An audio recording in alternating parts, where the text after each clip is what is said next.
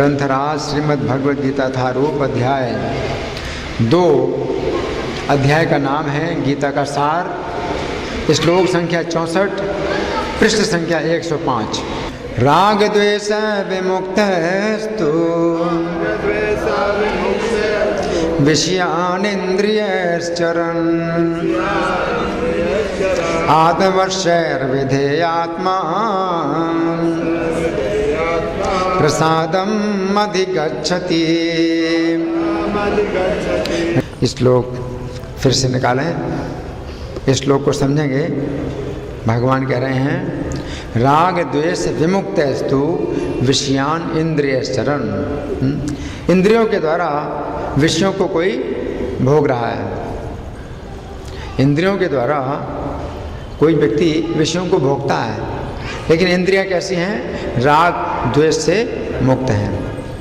इंद्रियों में राग द्वेष नहीं है, और कोई व्यक्ति उन इंद्रियों से विषयों का भोग कर रहा है। वो इंद्रियां आत्मवश अपने वश में हैं, राग द्वेष से मुक्त हैं, अपने वश में हैं। उन इंद्रियों के द्वारा व्यक्ति विषयों का भोग करते हुए क्या प्राप्त करता है? प्रसादम अधिगच्छति, प्रसन्नता प्राप्त करता है। यहाँ प्रभुपाद लिखते हैं भगवान की पूर्ण कृपा, प्रसादम, भगवान की प्रसन्नता। तो भगवान की प्रसन्नता प्राप्त करता है ना। तो ये जो श्लोक है, भगवान यहाँ पर एक बड़ी चुनौती दे रहे हैं, एक बहुत बड़ी चुनौती दे रहे हैं कि जो इंद्रियों के विषय हैं उनके भोगने में कोई बंधन नहीं है। उनके भोगने में कोई बंधन नहीं है। अगर इंद्रियां अपने वश में हो और राग द्वेष इंद्रियों में नहीं है, तो विषयों में कोई बंधन नहीं है। विषयों को भोगने में कोई बंधन नहीं है, कोई खतरा नहीं है। विषयों को भोगते हुए भी व्यक्ति भगवान की पूरी कृपा प्राप्त करता है। तो ये जो स्थिति है, ये अलग स्थिति है। इसके पहले 2 श्लोकों में भगवान ने एक ऐसी स्थिति का वर्णन किया था कि व्यक्ति इंद्रियों से विषयों को नहीं भोग रहा है, लेकिन ध्यान करता है, विषयों का ध्यान करता है। तो वहाँ इंद्रियों को नहीं भोग रहा है। ध्याय तो विषयान पुंसा, विषयों का ध्यान करता है ना। और उससे क्या होता है? संग उत्पन्न होता है, संग से काम उत्पन्न होता है, काम से क्रोध उत्पन्न होता है, और क्रोध से सम्मोह होता है, सम्मोह से स्मृति भ्रमित होती है, स्मृति भ्रमित होने से बुद्धि का विनाश हो जाता है, और बुद्धि के विनाश होने से व्यक्ति पतित हो जाता है। वो भौतिक संसार बंधन में गिर जाता है। तो ये विधि भगवान ने बताई थी ऐसे व्यक्ति की जो कि भगवान जिसकी इंद्रियों में राग और द्वेष भरा हुआ है। इंद्रियों में राग द्वेष भरा हुआ है, और वो इंद्रियों के द्वारा विषय को नहीं भोग रहा है, लेकिन तो भी चिंतन करता है, विषयों का चिंतन करता है, और उसकी दुर्दशा होती है। दूसरी स्थिति है अपनी इंद्रियां अपने बस में हैं, अपनी इंद्रियों में राग और द्वेष नहीं है, तो विषयों का भोग करते हुए भी वो व्यक्ति प्रसाद प्राप्त करता है, भगवान की प्रसन्नता प्राप्त करता है। अब हम सुनेंगे प्रभुपाद तात्पर्य में क्या लिखते हैं। श्रील प्रभुपाद की जय। ये पहले ही बताया जा चुका है कि कृत्रिम विधि से इंद्रियों पर बाह्य रूप से नियंत्रण किया जा सकता है, किंतु जब तक इंद्रियां भगवान की दिव्य सेवा में नहीं लगाई जाती, तब तक नीचे गिरने की संभावना बनी रहती है। तो वही बात है कि पिछले 2 श्लोकों में बातें नहीं, इशारा करिए चुप रहने का, यहाँ बातें नहीं करेंगे। गार्ड कहाँ है? गार्ड।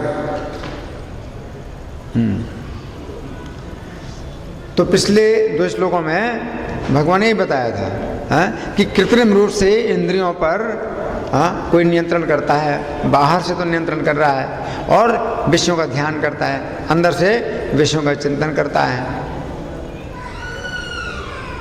और लोगों को दिखाता है कि मैं बड़ा महात्मा हूँ। वो विषयों को नहीं भोग रहा है, तो लोगों की नज़रों में बहुत बड़ा त्यागी और विरक्त बना हुआ है, लेकिन चिंतन करता है, विषयों का चिंतन करता है, विषयों का ध्यान करता है, तो अंदर ही अंदर उसके कैसे परिवर्तन होते हैं? संग उत्पन्न होता है, संग से काम उत्पन्न होता है, काम से क्रोध उत्पन्न होता है, क्रोध से सम्मोह होता है, सम्मोह से स्मृति भ्रमित होती, स्मृति भ्रमित होने से बुद्धि नष्ट होती है, बुद्धि नष्ट होने से उसका सर्वनाश होता है। और जबकि देखने में लग रहा है कि बहुत बड़ा महात्मा है, बहुत बड़ा विरक्त है। और दूसरी स्थिति में क्या है कि भगवान की दिव्य सेवा में लगा हुआ है, इंद्रियों को उसने भगवान की दिव्य सेवा में लगाया हुआ है, और वो उस समय जो है उसकी इंद्रियों में राग द्वेष नहीं रह गया। जैसे प्रभुपाद ने बताया कि कोई शराबी भी, एक शराबी शराब पीता है, तो प्रभुपाद कहते हैं कि शराब पीना बंद ना करे, वो शराब पीना बंद ना करे, शराब पिए, लेकिन शराब पीते समय क्या सोचे कि ये स्वाद क्या है? कृष्ण है, इस शराब का स्वाद भी कृष्ण है। तो अगर यही सोचता है तो इसी से वो बहुत बड़ा योगी बन जाएगा, बहुत बड़ा योगी बन जाएगा। और ऐसे एक सज्जन मेरे संपर्क में आए तो उन्होंने यही बताया कि उन्होंने यही प्रयोग किया था। वे शराब पीते थे शराब पीते थे, तो शाम को जो है उनका नियम था शराब पीने का, तो दिन भर वो बोलते थे शाम का इंतज़ार है, शाम का इंतज़ार है, शाम का इंतज़ार है, और शाम से हो गया श्याम, कि श्याम का इंतज़ार है। तो शराब में भी उनको जो है श्याम का जो है चिंतन होता था। तो शराब भी उनकी छूट गई, और इतने बड़े जो है वो भक्त बन गए कि उनके साथ भगवान जो है प्रत्यक्ष लीलाएं करते हैं। उनके पास जो अर्चा विग्रह हैं वो प्रत्यक्ष उनसे बात करते हैं, उनसे लीलाएं करते हैं, इतने बड़े भक्त बन गए। तो प्रभुपाद की बात जो है मतलब इतनी सच्ची है कि प्रभुपाद ने कहा, तो उन्होंने जो है प्रयोग किया। तो शराब पीते हैं, और शराब पीते हुए भी जो है वो क्या सोचते हैं? ये श्याम, ये श्याम। तो इसी से वे जो है बहुत बड़े मतलब उन्नत, बहुत बड़े उन्नत वैष्णव बन गए। तो यहाँ पर प्रभुपाद लिखते हैं, किंतु जब तक इंद्रियां भगवान की दिव्य सेवा में नहीं लगाई जाती तब तक नीचे गिरने की संभावना बनी रहती है। नीचे गिरने की संभावना बनी रहती है, जबकि वो इंद्रियों को नहीं भोग रहा है, विषयों को नहीं भोग रहा है, तो भी वो नीचे गिर रहा है। जैसे महाराज अम्बरीश तो भोगों के बीच में है, राजा हैं वो, भोगों के बीच में है, लेकिन उनका मन लगा है कृष्ण में। सवै मनः कृष्ण पदारे विंदयोर वचांसि वैकुंठ गुणानुवर्णने। तो मन को जो है कृष्ण के चरण कमलों में वो लगाते हैं, और वाणी को भगवान के गुणगान में लगाते हैं। तो इस तरह से इंद्रियों को जो है भगवान की सेवा में लगाते हैं, तो भोगों के बीच में रहते हुए भी वे सुरक्षित हैं। और जिसने भोगों को त्यागा हुआ है और वो भोगों का चिंतन करता है, तो उसकी स्थिति क्या है? खराब है, खराब स्थिति है। तो यहाँ प्रभुपाद लिखते हैं, यद्यपि पूर्णतया कृष्ण भावना भावित व्यक्ति ऊपर से विषय स्तर पर क्यों न दिखे, किंतु कृष्ण भावना भावित होने से वह विषय कर्मों में आसक्त नहीं होता। ऊपर से दिखाई पड़ता है कि वो क्या है? विषयी है।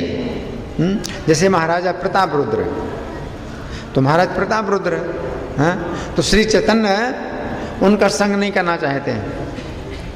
वो दिखा रहे हैं कि सन्यासी को विषयी का संग नहीं करना चाहिए, और श्री चैतन्य सन्यासी हैं और राजा प्रताप रुद्र जो है विषयों के बीच में है, तो उनका संग नहीं करना चाहते हैं। लेकिन राजा प्रताप रुद्र तो बहुत बड़े भक्त हैं, बहुत बड़े भक्त हैं।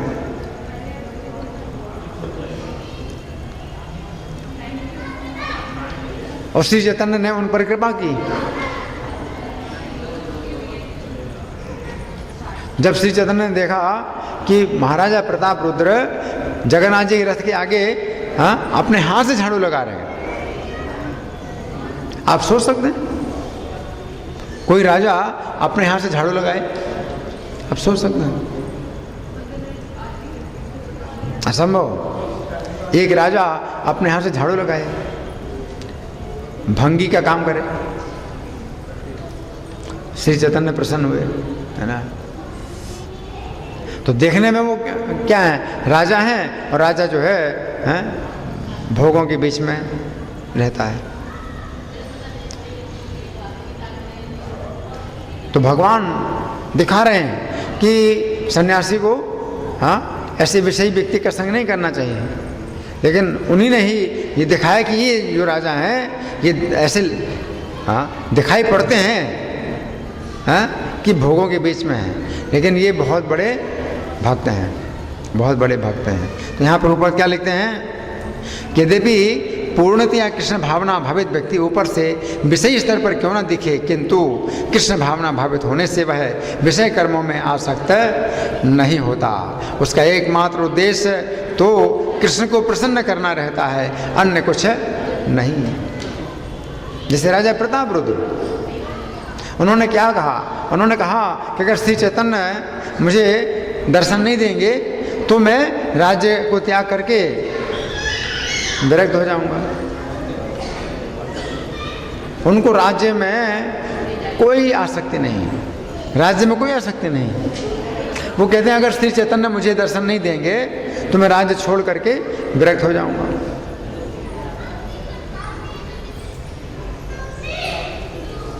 तो ऐसी स्थिति आजकल के जो नेता हैं वो कुर्सी नहीं छोड़ना चाहते अपनी, और ज़बरदस्ती उनको कुर्सी से छुड़ाया जाता है, हटाया जाता है, या गोली जब लगती है तब कुर्सी छोड़ते हैं, है ना। लेकिन एक राजा है वो जो है श्री चैतन्य का दर्शन पाने के लिए वो अपने राज्य को छोड़ना चाहता है, राज्य को जो है वो बिल्कुल त्यागना चाहता है। मुझे राज्य नहीं चाहिए, अगर श्री चैतन्य दर्शन नहीं देंगे तो मुझे राज्य नहीं चाहिए। अगर राज्य ही बाधा बन रहा है श्री चैतन्य के दर्शन में तो मुझे राज्य की क्या आवश्यकता है? ऐसे राजा, है ना।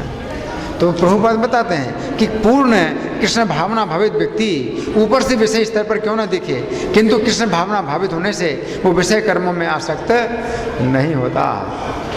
आगे उसका एकमात्र उद्देश्य तो कृष्ण को प्रसन्न करना रहता है, अन्य कुछ नहीं। अतः वह समस्त आसक्ति तथा विरक्ति से मुक्त होता है।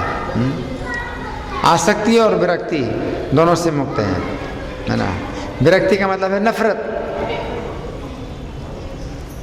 राग द्वेष, उसको राग और द्वेष बोलते हैं। द्वेष, कोई व्यक्ति राज्य नहीं पाना चाहता है, उसको नफरत है राजा बनने से। वो सोचता है कि मैं इस झंझट में क्यों पड़ूं, राज्य करने का जो झंझट है इस चक्कर में क्यों पड़ूं, मैं इससे दूर रहना चाहता हूँ। नफरत करता है। तो कोई व्यक्ति नफरत करता है राज्य से, इसलिए राज्य नहीं पाना चाहता है, और कोई व्यक्ति राज्य में आसक्त होता है तो राज्य लेना चाहता है। तो दोनों ही स्थितियाँ जो है ये बांधने वाली हैं। एक नफरत से बंधा हुआ द्वेष, एक व्यक्ति के अंदर द्वेष है इसलिए वो राज्य नहीं लेना चाहता है। एक व्यक्ति के अंदर आसक्ति है इसलिए राज्य लेना चाहता है। तो उसने अपने को ही केंद्र बनाया, अपने राग द्वेष को ही केंद्र बनाया है। अपने द्वेष को केंद्र बना करके राज्य नहीं लेना चाहता है, और दूसरा व्यक्ति अपने राग को केंद्र बना करके राज्य पाना चाहता है। तो राग द्वेष को केंद्र बनाया है। लेकिन जो कृष्ण भावना भावित है तो वो कृष्ण की प्रसन्नता के लिए राज्य भी लेने के लिए तैयार है और कृष्ण की प्रसन्नता के लिए राज्य को छोड़ने के लिए तैयार है। उसके अंदर राग नहीं है, द्वेष नहीं है। वो राज्य लेने के लिए भी तैयार है कृष्ण की प्रसन्नता के लिए, और राज्य को छोड़ने के लिए भी तैयार है कृष्ण की प्रसन्नता के लिए। उसके अंदर राग और द्वेष दोनों नहीं। ये स्थिति ऊंची है।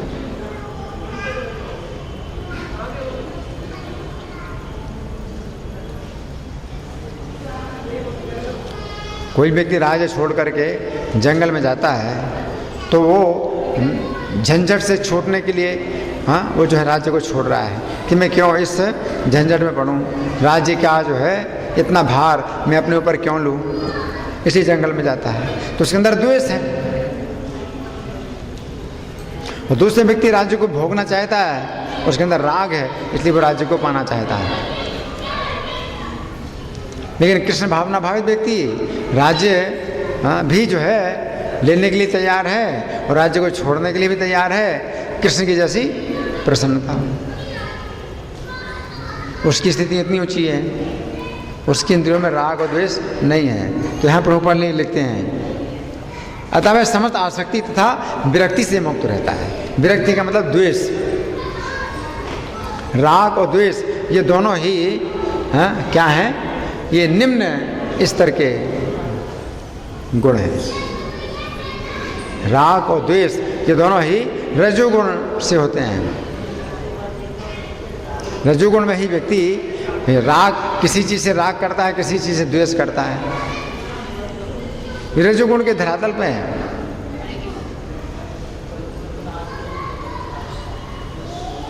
रजोगुण के धरातल में कोई व्यक्ति जो है किसी स्त्री से राग करता है, किसी स्त्री से द्वेष करता है, और जिससे राग होता है उसी से फिर द्वेष हो जाता है। और जब द्वेष हो जाता है तो फिर वो उसको जो है छोड़ना चाहता है या उसको नष्ट करना चाहता है।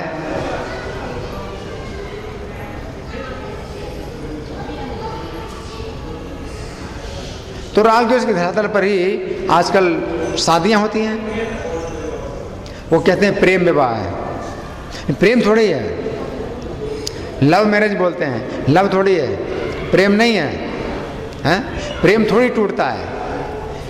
प्रेम कभी नहीं टूटता है। जब टूटने की स्थिति हो तो भी टूटे नहीं, वो प्रेम कहलाता है।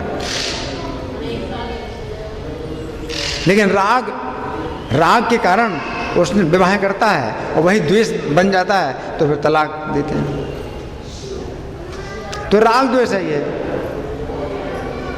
ये प्रेम नहीं है ना। लेकिन यहाँ कृष्ण भावना भावित व्यक्ति राग द्वेष से मुक्त है।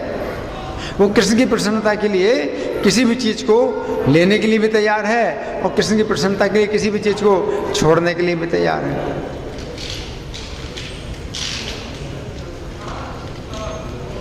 उसे हर्ष नहीं होता है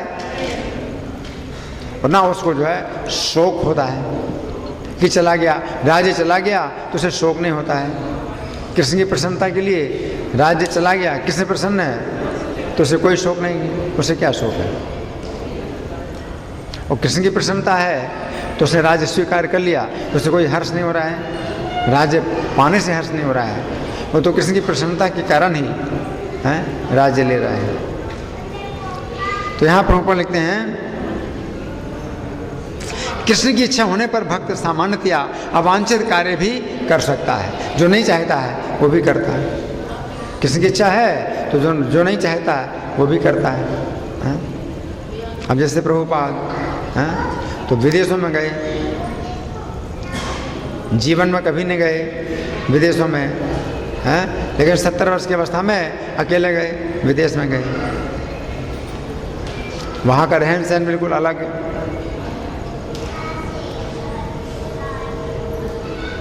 तो कृष्ण की प्रसन्नता के लिए प्रभुपाद गए। तो अवांछित कार्य भी कर सकता है। प्रभुपाद सन्यासी थे, लेकिन जब वहाँ पर देखा उन्होंने कि ब्रह्मचारी और सन्यासी का जो समाज है ये नहीं बन सकता है। वहाँ तो जो स्त्रियाँ पुरुष हैं वो हमेशा एक दूसरे के साथ रहते हैं और उनके अवैध संबंध होते हैं। तो फिर प्रभुपाद ने मठ नहीं बनाए, उनके गुरु महाराज ने मठ बनाए थे जहाँ की ब्रह्मचारी सन्यासी रहेंगे, कोई गृहस्थ नहीं रहेगा। प्रभुपाद ने मठ नहीं बनाए, प्रभुपाद ने फिर मंदिर बनाए और उनको जो है जो अविवाहित और अवैध संबंध रखते थे उनको विवाहित किया, विवाह कराया। तो सन्यासी विवाह कार्य में लगा, तो सन्यासी के लिए अवांछित है किसी विवाह कार्य में लगना, सन्यासी के लिए अवांछित है। लेकिन प्रभुपाद ने कृष्ण की प्रसन्नता के लिए ये भी कार्य कराया, खुद ही उन्होंने विवाह कराया और उनको अवैध संबंध से बचाया। तो प्रभुपाद की भारत के जो उनके गुरु भाई थे निंदा की, प्रभुपाद की निंदा करते थे कि ये सन्यासी होकर के विवाह करते हैं। लेकिन अवांछित कार्य भी कृष्ण की प्रसन्नता के लिए, जो कृष्ण भावना भावित व्यक्ति है अवांछित कार्य भी करता है। तो प्रभुपाद को इसमें क्या मिलना है? वो विवाह करा रहे हैं, वो सन्यासी होकर के विवाह करा रहे हैं, उनको क्या मिलना है? वो तो कृष्ण की प्रसन्नता के लिए कर रहे हैं, क्योंकि स्थिति ऐसी है कि वे तो अवैध संबंध कर रहे हैं। अवैध संबंध से किसका बच्चा है? बच्चे को बाहर ले जाइए। अवैध संबंध से उनको बचाने के लिए उनका जो है विधि पूर्वक विवाह किया और कृष्ण भावना मृत में उनको जो है लगाया।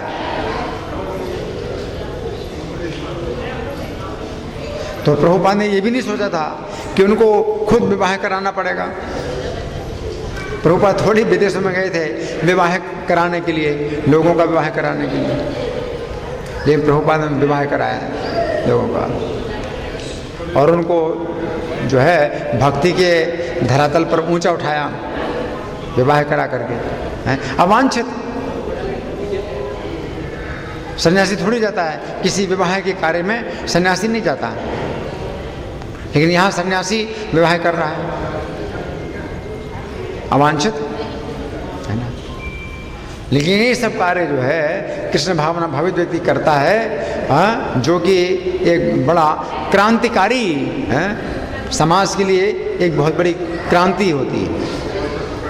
लोग नहीं समझ पाते हैं तो वे जो है कुछ भी उल्टा बोलें, अवांछित कार्य। भक्ति सिद्धांत सरस्वती ठाकुर वो जो है कार में बैठ करके वृंदावन गए, तो सन्यासियों के लिए बड़ा अवांछित कार्य है। लोगों ने जो है बड़ा विरोध किया कि सन्यासी होकर के कार में बैठ करके वृंदावन आए हो। लेकिन कृष्ण भावना भावित व्यक्ति कृष्ण की प्रसन्नता के लिए अवांछित कार्य भी करता है। क्यों नहीं सन्यासी कार में बैठ के प्रचार करें? तो कृष्ण के लिए वांछित है। कृष्ण की सेवा में आप अगर कार को लगा सकते हैं, प्रचार में कार को भी लगा सकते हैं, तो क्यों न लगाएं? लोगों का विरोध हो तो उससे क्या है? कृष्ण प्रसन्न हो रहे हैं तो कृष्ण की प्रसन्नता के लिए कार्य कर रहा है। अवांछित कार्य भी करने के लिए जो कृष्ण भावना भावित व्यक्ति है वो तैयार रहता है। अवांछित जो ब्राह्मण नहीं है उनको ब्राह्मण बनाया तो बड़ा विरोध हुआ। भक्ति सिद्धांत सरस्वती ठाकुर ब्राह्मण बना देते, जो ब्राह्मण नहीं उनको ब्राह्मण बनाते थे। तो उनकी योग्यता के आधार पर अगर वो ब्राह्मण बना रहे हैं तो कृष्ण की प्रसन्नता है। तो कृष्ण की प्रसन्नता के लिए अवांछित कार्य करते हैं। प्रभुपाद ने भी विदेशों में लोगों को ब्राह्मण बनाया, तो लोगों ने शिकायत की कि विदेशों में जाकर के ब्राह्मण बनाए, अवांछित कार्य किया कृष्ण की प्रसन्नता के लिए। क्योंकि वे अगर ब्राह्मण के धरातल पर आ गए हैं, तो आप कौन होते हैं विरोध करने वाले? तो ये सब अवांछित कार्य दुनिया के लिए अवांछित कार्य होते हैं। लेकिन जो कृष्ण भावना भावित व्यक्ति है वो ऐसे कार्य करता है। तो यहाँ प्रभुपाद लिखते हैं किंतु यदि कृष्ण की इच्छा नहीं है तो वो उस कार्य को भी नहीं करेगा जिसे वह सामान्य रूप से अपने लिए करता है। और कृष्ण की इच्छा नहीं है तो अपने लिए भी कार्य वो नहीं करता। जो करना चाहता है वो करना चाहता है अपने लिए, लेकिन नहीं करता। ये कृष्ण नहीं चाहते हैं, वो चाहता है, वो करना चाहता है, लेकिन कृष्ण नहीं चाहते तो फिर नहीं करता वो। जैसे पता चलता है अपनी भी कुछ इच्छाएं होती हैं, अपने अंदर भी कुछ इच्छाएं होती हैं,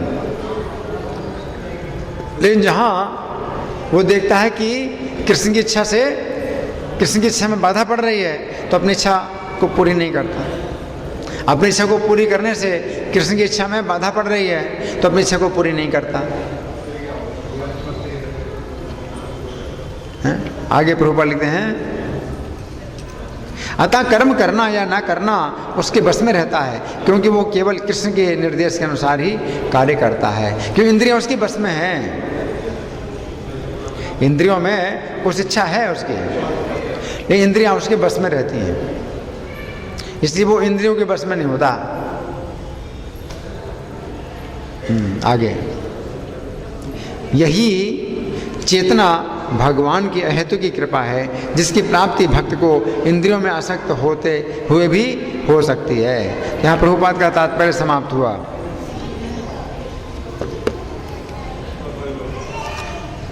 इस श्लोक पर श्री भगवान ने कहा, पुस्तक में कुछ बातें हैं, बहुत बातें हैं, इतना समय नहीं है कि हम सब कुछ पढ़ के सुनाएं, लेकिन कुछ मैं पढ़ के सुना रहा हूँ इसमें से। राजा मयूरध्वज, जो आज का श्लोक है, तो इसमें जैसा वर्णन किया गया है उसका एक जीवंत उदाहरण है राजा मयूरध्वज।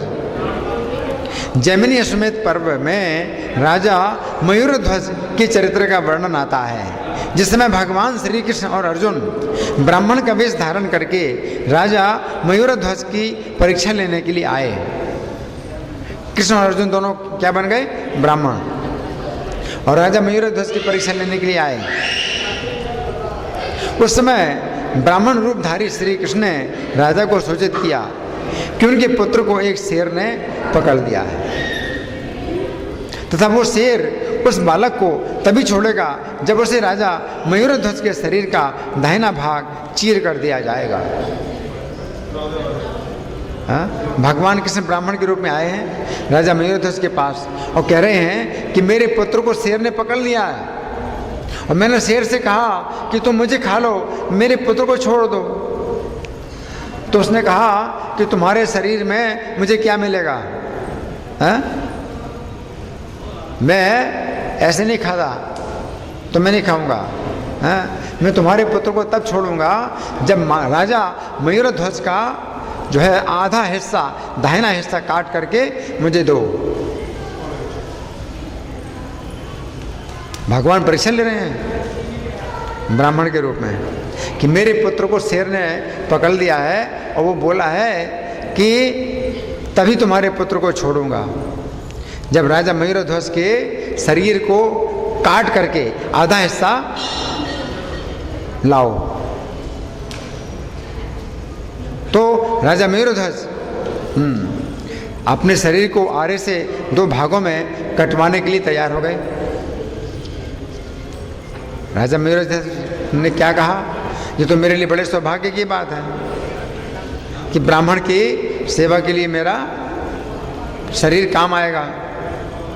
तो अपने शरीर को कटवाने के लिए तैयार हो गए, है ना, कटवाने तैयार हो गए। अपनी रानी कुमुदवती से कहा, कुमुदवती से कहा, हाँ क्या कहा, प्रिय जिस प्रकार समागम के समय तुमने मेरे शरीर को अपने नाखूनों से छद विक्षत किया था, उसी प्रकार तुम इस समय आरे से मेरे मस्तक को चीर डालो। सामान्य व्यक्ति के लिए यह बहुत बड़ा विरोधाभास है।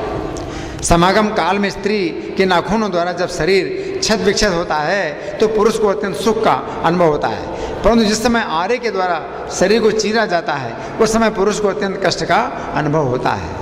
परंतु राजा मयूरध्वज को दोनों ही स्थितियों में सुख का अनुभव हो रहा है। इसका अर्थ है कि समागम काल में जिस समय उनका शरीर स्त्री के नाखूनों के द्वारा छद विक्षत होता है उस समय वे ना तो राग से प्रभावित होते हैं और ना ही आरे के द्वारा शरीर के चीरे जाने पर वे द्वेष से ही प्रभावित होते हैं।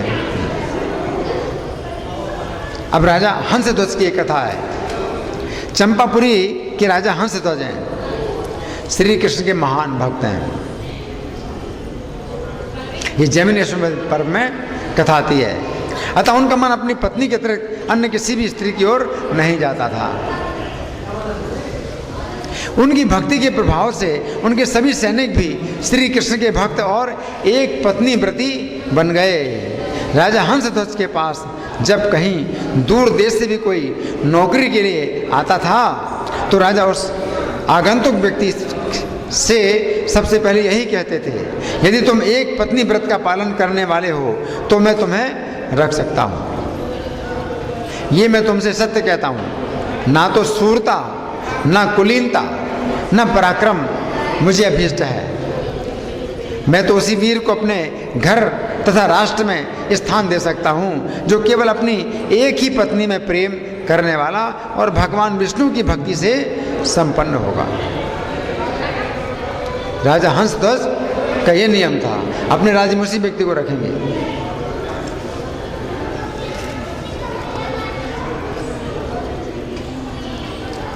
इसी प्रकार जो अन्य महाबली योद्धा भी कामदेव के प्रबल वेग को अपने भीतर धारण कर लेते हैं वे ही मेरे यहाँ रह सकते हैं।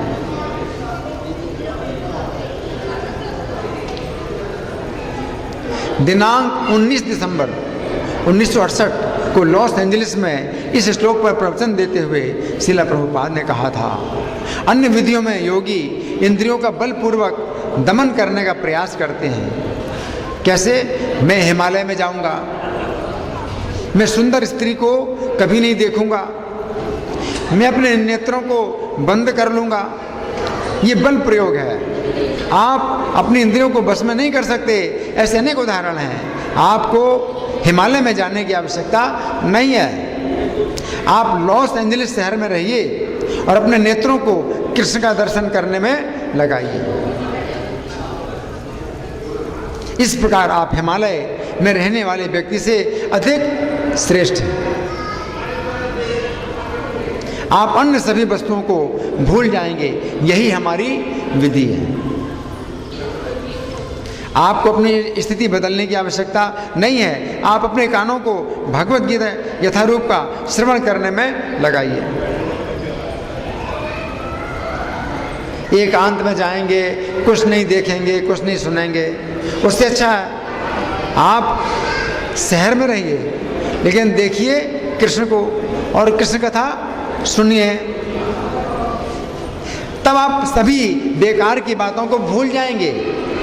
आप अपने नेत्रों को श्री कृष्ण के अर्चा विग्रह के सौंदर्य का दर्शन करने में लगाइए। आप अपनी जिह्वा को कृष्ण प्रसाद के आस्वादन में लगाइए। आप अपने पैरों को इस मंदिर की ओर आने में लगाइए। आप अपने हाथों को कृष्ण की सेवा में लगाइए। आप अपनी नासिका को कृष्ण को अर्पित पुष्पों की सुगंधि में लगाइए। फिर आपकी इंद्रियां कहाँ भागेंगी? वे सभी ओर से बंध जाएंगी। इस प्रकार सफलता निश्चित है। आपको अपनी इंद्रियों को बलपूर्वक बस में करने की आवश्यकता नहीं है कि ये मत देखो, ये मत करो, वो मत करो। नहीं, आपको केवल कार्य बदलना है। इससे आपको सहायता प्राप्त होगी। तो इस तरह से कुछ हमने चर्चा की आज के श्लोक पर। अब आप लोगों की ओर से कोई प्रश्न है या कोई चर्चा है या मैं प्रश्न करूँ? हाँ जी।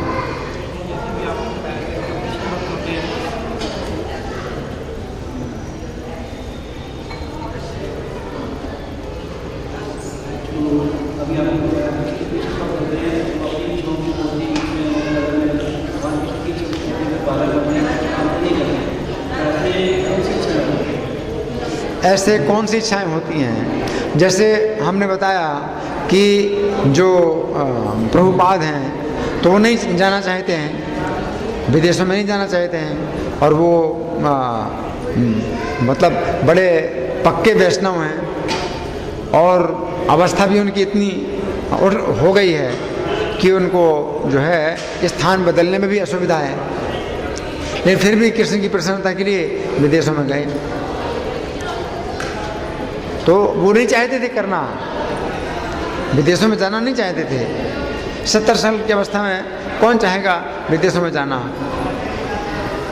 और अकेले जहाँ कोई साथ ना हो, पैसा भी नहीं है, अपने पास पैसा भी नहीं है, अपने साथ में कोई सहायक भी नहीं है,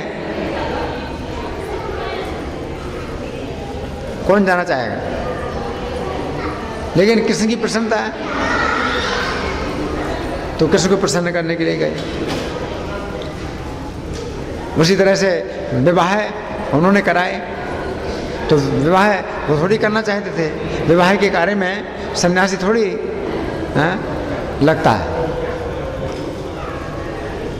लेकिन विवाह उन्होंने कराया। तो ऐसे बहुत से कार्य हैं जो नहीं करना चाहते हैं और उन्होंने किए। तो इस तरह की चीज़ें हैं कि जो भक्त है वो करता है, बहुत से कार्य ऐसे करता है जो कि वो नहीं करना चाहता।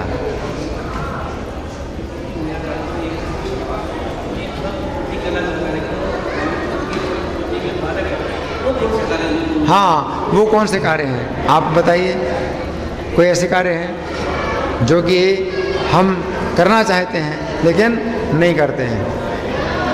हाँ जी, इनको माइक दीजिए।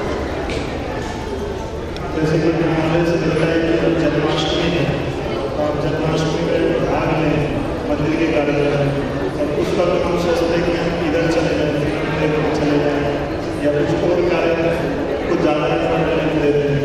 तो ये मतलब अपना कृष्ण जो चाहते हैं वो ना करके हम अपनी स्वतंत्रता का फायदा उठाकर तो पाना होता है। समझाया नहीं सुनाई पड़ा आपको? नहीं सुनाई पड़ा? उन्होंने क्या? फिर से बोलो। जैसे कि मान लीजिए कोई भी फेस्टिवल है मंदिर, किसी आचार्य का आविर्भाव दिवस है, तिरुभाव दिवस है, या जन्माष्टमी है, रामनवमी है, उस वक्त में आदेश है कि मंदिर में आए तो प्रोग्राम को अटेंड करें, या मंगल आरती है शुरू होने का, तो उस वक्त अगर हम सोचते हैं कि नहीं कुछ और काम ज़्यादा इम्पोर्टेंट है कि मैं मेरे साथ में घर पे आए हुए कुछ लोगों को कुछ घुमाना है, इधर लेके जाना उधर लेके जाना है, तो वो जो है अपनी स्वतंत्रता का फायदा उठाते हैं और भगवान कार्य में बाधा होती है, भगवान से जुड़ नहीं पा रहे हैं जबकि भगवान चाहते हैं। और बहुत यहाँ पे भी पूरा आनंद है के हिसाब से। हाँ, एक सरल तरीके से मैं बताता हूँ। एक सरल तरीका ये भी है कि मान लीजिए अर्चा वगैरह की सेवा कर रहे हैं आप अर्चा वगैरह की सेवा कर रहे हैं, बड़ा महत्वपूर्ण कार्य है, अर्चा वगैरह की सेवा कर रहे हैं, लेकिन प्रभुपाद ने कहा है अगर कोई भक्त आ जाए गेस्ट की तरह और कोई और देखभाल नहीं करने वाला है तो आप भगवान के अर्चा वगैरह की सेवा छोड़ करके भी आप उसकी देखभाल करो। कोई अतिथि कोई भक्त आ गया है मंदिर में और कोई देखभाल करने वाला नहीं है, तो पुजारी को भगवान के अर्चा वगैरह की पूजा छोड़ करके और जो भक्त आए हुए हैं उनका जो है उसे देखभाल करना चाहिए, है ना। तो जैसे हाँ वही चीज़ है, जैसे मान लो आप जो है बीमार हैं तो आप जो है विश्राम करना चाहते हैं, आपको विश्राम की आवश्यकता है, लेकिन प्रभुपाद ने कहा कि मंगल आरती में आना है तो मंगल आरती में आते हैं। तो आपकी इच्छा है कि रेस्ट कर लें, सो जाएं, हैं? आपको आपको जो है विश्राम की आवश्यकता है। लेकिन मंगल आरती का जो कार्य है, मंगल आरती का कार्यक्रम है, ये आदेश है, तो अच्छा नहीं लगता हमको कि हम मंगल आरती में जाएं, मंगल आरती में आते हैं।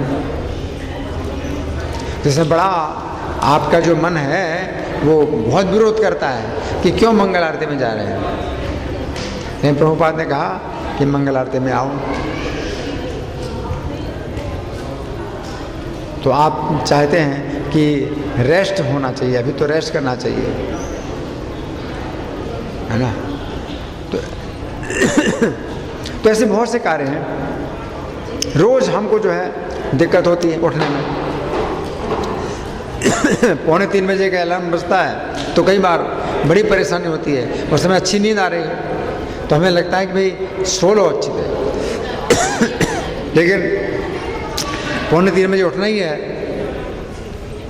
मंगल आरती के लिए तैयार होना है,